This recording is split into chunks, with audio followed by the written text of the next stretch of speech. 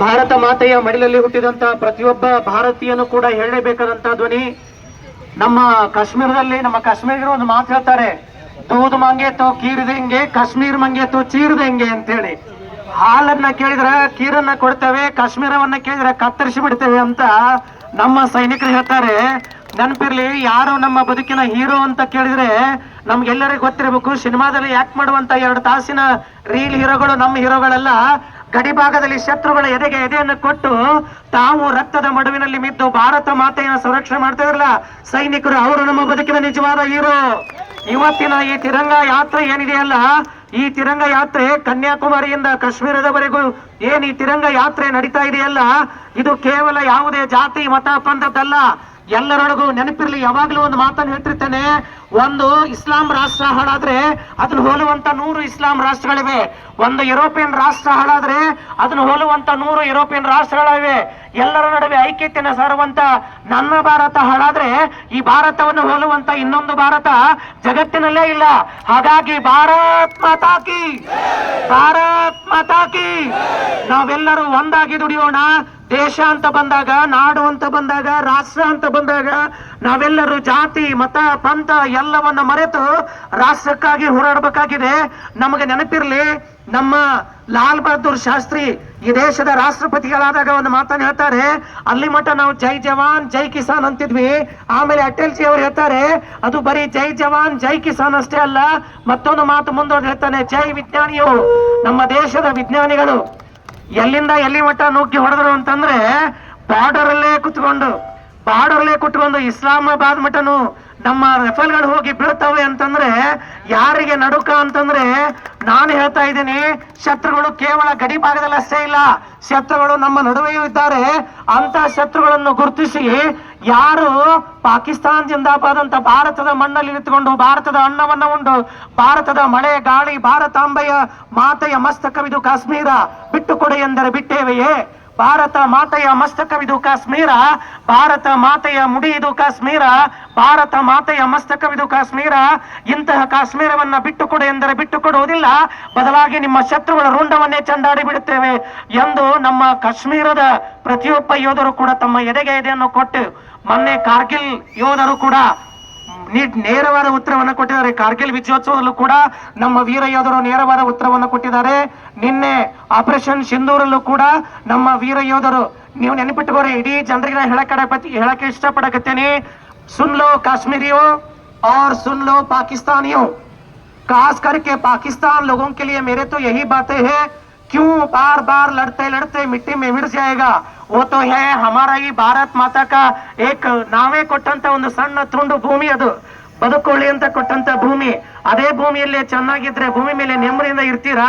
ಅದನ್ನ ಬಿಟ್ಟು ಭಾರತದ ಗಡಿತಂಟೆಗೆ ಏನಾದ್ರೂ ಬಂದ್ರೆ ನೆಕ್ಸ್ಟ್ ನಮ್ಮ ಮುಂದಿನ ಗುರಿ POK, ಭಾರತದ ಆಕ್ರಮಿತ ಕಾಶ್ಮೀರವನ್ನ ಮತ್ತೆ ಪಡೆಯುವುದೇ ನಮ್ಮ ಗುರಿ. ಹಾಗಾಗಿ ನಾವೆಲ್ಲರೂ ಜಾತಿ ಮತ ಪಂಥ ಎಲ್ಲವನ್ನ ಬಿಟ್ಟು ನಾವೆಲ್ಲರೂ ಭಾರತೀಯರು, ಸಿಖ್ ಸಾಯಿ ಹಿಂದೂ ಮುಸ್ಲಿಂ ಎಲ್ಲರೂ ಒಂದಾಗಿ ನಮ್ಮ ದೇಶದ ಚೀಫ್ ಅಂಡ್ ಕಮಾಂಡೆಂಟ್ ಲೇಡಿ ಹೆಣ್ಮಗಳು ಯಾರವರು ಭಾರತದ ನಮ್ಮ ಕರ್ನಾಟಕದ ಸೊಸೆ, ಅಂತಹ ಹೆಣ್ಣು ಮಗಳು ಏನ್ ಮಾಡ್ತಾ ಇದ್ದಾಳಂದ್ರೆ ಸೊಡ್ಡು ಹೊಡೆದು. ನೆನಪಿರ್ಲಿ, ಭಾರತ ಅಂದ್ರೆ ಒಂದ್ ದಿವಸ ಒಂದು ಕಾಲ ಇತ್ತು, ಭಾರತ ಅಂತಂದ್ರೆ ಒಂದು ಕಾಲ ಇತ್ತು, ಅದು ತೊಟ್ಟಿಲು ತೂಗುವ ಕೈ ಜಗತ್ತನ್ನ ಆಳಂಗಿಲ್ಲ ಅಂತ ಹೇಳಿದ್ರು. ನೀವು ತಿಳ್ಕೊರಿ, ಇನ್ನು ಮೇಲೆ ಬರೀ ನಮ್ಮ ಪುರುಷರಷ್ಟೇ ಅಲ್ಲ, ಹೆಣ್ಣು ಮಕ್ಕಳೇ ಕಾಶ್ಮೀರಕ್ಕೆ ನುಗ್ಗಿ ಹೊಡೆದ್ರೆ, ಪಾಕಿಸ್ತಾನಕ್ಕೆ ನುಗ್ಗಿ ಹೊಡೆದ್ರೆ ಪಾಕಿಸ್ತಾನ ಎಲ್ಲಿದೆ ಅಂತ ಹೊರಗಡೆ ಹುಡುಕೋಕಾಗ್ತದೆ. ಹಾಗಾಗಿ ಅಂತ ವೀರ ಪುತ್ರರನ್ನ ಜನ್ಮ ಕೊಟ್ಟಂತ ಮಾತು. ಕೊನೆಗೆ ನಾನು ಒಂದು ಮಾತು ಹೇಳ್ತೇನೆ, ಬೆಳಗ್ಗೆ ಹರಿದ್ರೆ ಭಗತ್ ಸಿಂಗ್ ಅನ್ನ ನೇಣಿಗೆ ಹಾಕ್ತಿರ್ತಾರೆ, ಬೆಳಗರೆದ್ರೆ ಭಗತ್ ಸಿಂಗ್ ಅನ್ನ, ಈ ಭಾರತ ಮಾತೆ ವೀರಪುತ್ರ ಭಗತ್ ಸಿಂಗ್ ಅನ್ನ ನೇಣಿಗೆ ಹಾಕ್ತಿರ್ತಾರೆ. ಕೊನೆಯದಾಗಿ ನಿನ್ನ ಆಸೆ ಏನು ಅಂತ ಕೇಳಿದ್ರೆ ಬ್ರಿಟಿಷರಿಗೆ ಭಗತ್ ಸಿಂಗ್ ಹೇಳ್ತಾನೆ, ಈ ಭಾರತ ಬಿಟ್ಟು ನಿಮ್ಮನ್ನ ಎಲ್ಲಿ ಮಠ ಓಡಿಸಂಗಿಲ್ಲೋ ಅಲ್ಲಿ ಮಠ ನನ್ನಂತ 100 ಭಗತ್ ಸಿಂಗ್ ಹುಟ್ಟಿ ಬರ್ತಾರೆ, ನಿಮ್ಮನ್ನು ಒತ್ತು ಓಡಿಸ್ತಾರೆ ಅಂತ ಹೇಳ್ತಾರೆ. ಅದು ಇರ್ಲಿ ಬಿಡು ಮಾರಯ್ಯ, ನಿನ್ನ ಕೊನೆ ಆಸೆ ನಾಳೆ ನಿನ್ನನ್ನು ನಾವು ಸಿಲುಬಿಗೆ ಏರಿಸ್ತೇವೆ, ನಾಳೆ ನಿನ್ನನ್ನು ನಾವು ಸಿಲುಬಿಗೆ ಏರಿಸಿ ಸಹಾಯ ಹೊಡಿತೇವೆ. ನಿನ್ನ ಕೊನೆ ಆಸೆ ಏನು ಅಂತ ಕೇಳಿದಾಗ ಅದೇ ನನ್ನ ಭಾರತ್ ಆಜಾದ್ ಭಾರತ್ಗೂ ದೇಖ್ನಾ ಹಿ ಮೇರೆ ಸಬ್ಸೆ ಬಡಾ ಸಪ್ನಾ ಹೈ ಅಂತಾರ. ಸ್ವತಂತ್ರ ಭಾರತವನ್ನು ನೋಡೋದೇ ನನ್ನ ಕನಸು ಅಂತ ಹೇಳ್ತಾರೆ.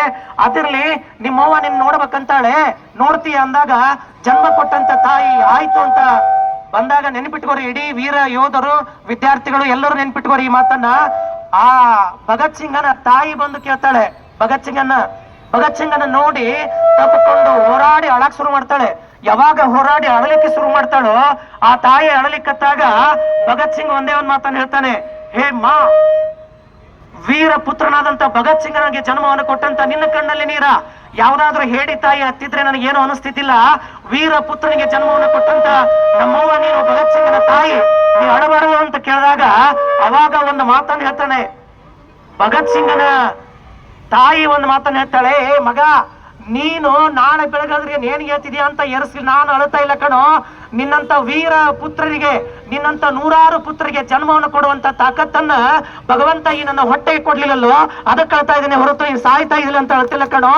ಭಾರತ್ ಮಾತಾ ಕಿ, ಭಾರತ್ ಮಾತಾ ಕಿ, ಭಾರತ್ ಮಾತಾ ಕಿ, ಒಂದೇ ಒಂದೇ.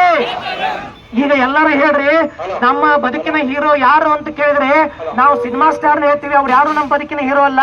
ನೆನಪಿರ್ಲಿ, ಮಣ್ಣೊಳಗೆ ಮಣ್ಣಾಗಿ ಮೈ ಬಣ್ಣನ ಮಣ್ಣಿಗೆ ಕೊಟ್ಟು ಮಣ್ಣಿನ ಬಣ್ಣನ ತಾತುಕೊಂಡು ನಮ್ಮೆಲ್ಲರ ಬಾಯಿಯೊಳಗೆ ಒಂದು ತುತ್ತು ಅನ್ನವನ್ನು ಕೊಡ್ತಾರಲ್ಲ ರೈತ, ಅವ ನಮ್ಮ ಬದುಕಿನ ನಿಜವಾದ ಹೀರೋ.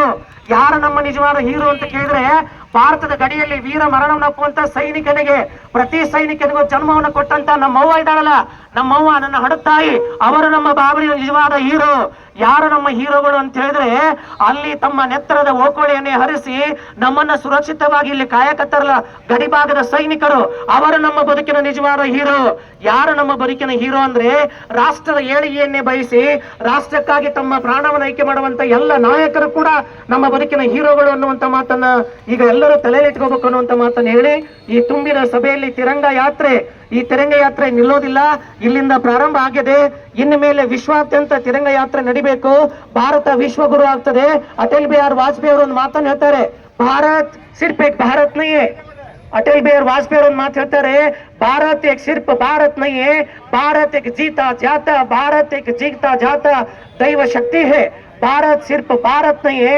अगर भारत माता की धरती के आंगन में ಒಬ್ಬೊಬ್ಬ ಮನುಷ್ಯನು ಸತ್ರೆ ಅವನ ಎಲಬನ್ನು ತಗೊಂಡು ಕಿವಿಗೆ ಹಚ್ಕೊಂಡ್ರೆ ಆ ಎಲಬುಗಳು ಕೂಡ ಏನ್ ಹೇಳ್ತವೆ ಅಂತಂದ್ರೆ ಭಾರತ್ ಮಾತಾ ಕಿ ಜೈ ಅಂತವೆ. ಅಟಲ್ ಜಿ ಬರೆದಂತ ಈ ಪದ್ಯ ಪ್ರತಿಯೊಬ್ಬ ಭಾರತೀಯ ಎದೆಯೊಳಗೂ ಇರಬೇಕು ಅನ್ನುವಂತ ಮಾತನ್ನು ಹೇಳಿ ನನ್ನ ಯಾರ ಭಾರತಾಂಬೆಯ ಮಾತೆಯ ಮಸ್ತಕ ಕರ್ಪಿಸ್ತೇನೆ. ಭಾರತ್ ಮಾತಾ ಕಿ. ಈಗ ವೀರ ಸೈನಿಕರಿಗೆ ಸೈನ್ಯದಲ್ಲಿ ತಮ್ಮ ಹೋರಾಟವನ್ನ ಮಾಡಿ ಇಲ್ಲಿ ಬಂದಂತ ನಮ್ಮ ವೀರ ಯೋಧರಿಗೆ ಸನ್ಮಾನ ಇದೆ. ತಾವೆಲ್ಲರೂ ಒಂದು ಜೋರಾದ ಚಪ್ಪಾಳೆಯ ಮೂಲಕ ಅವರನ್ನು ಗೌರವಿಸಬೇಕು. ತಾವೆಲ್ಲ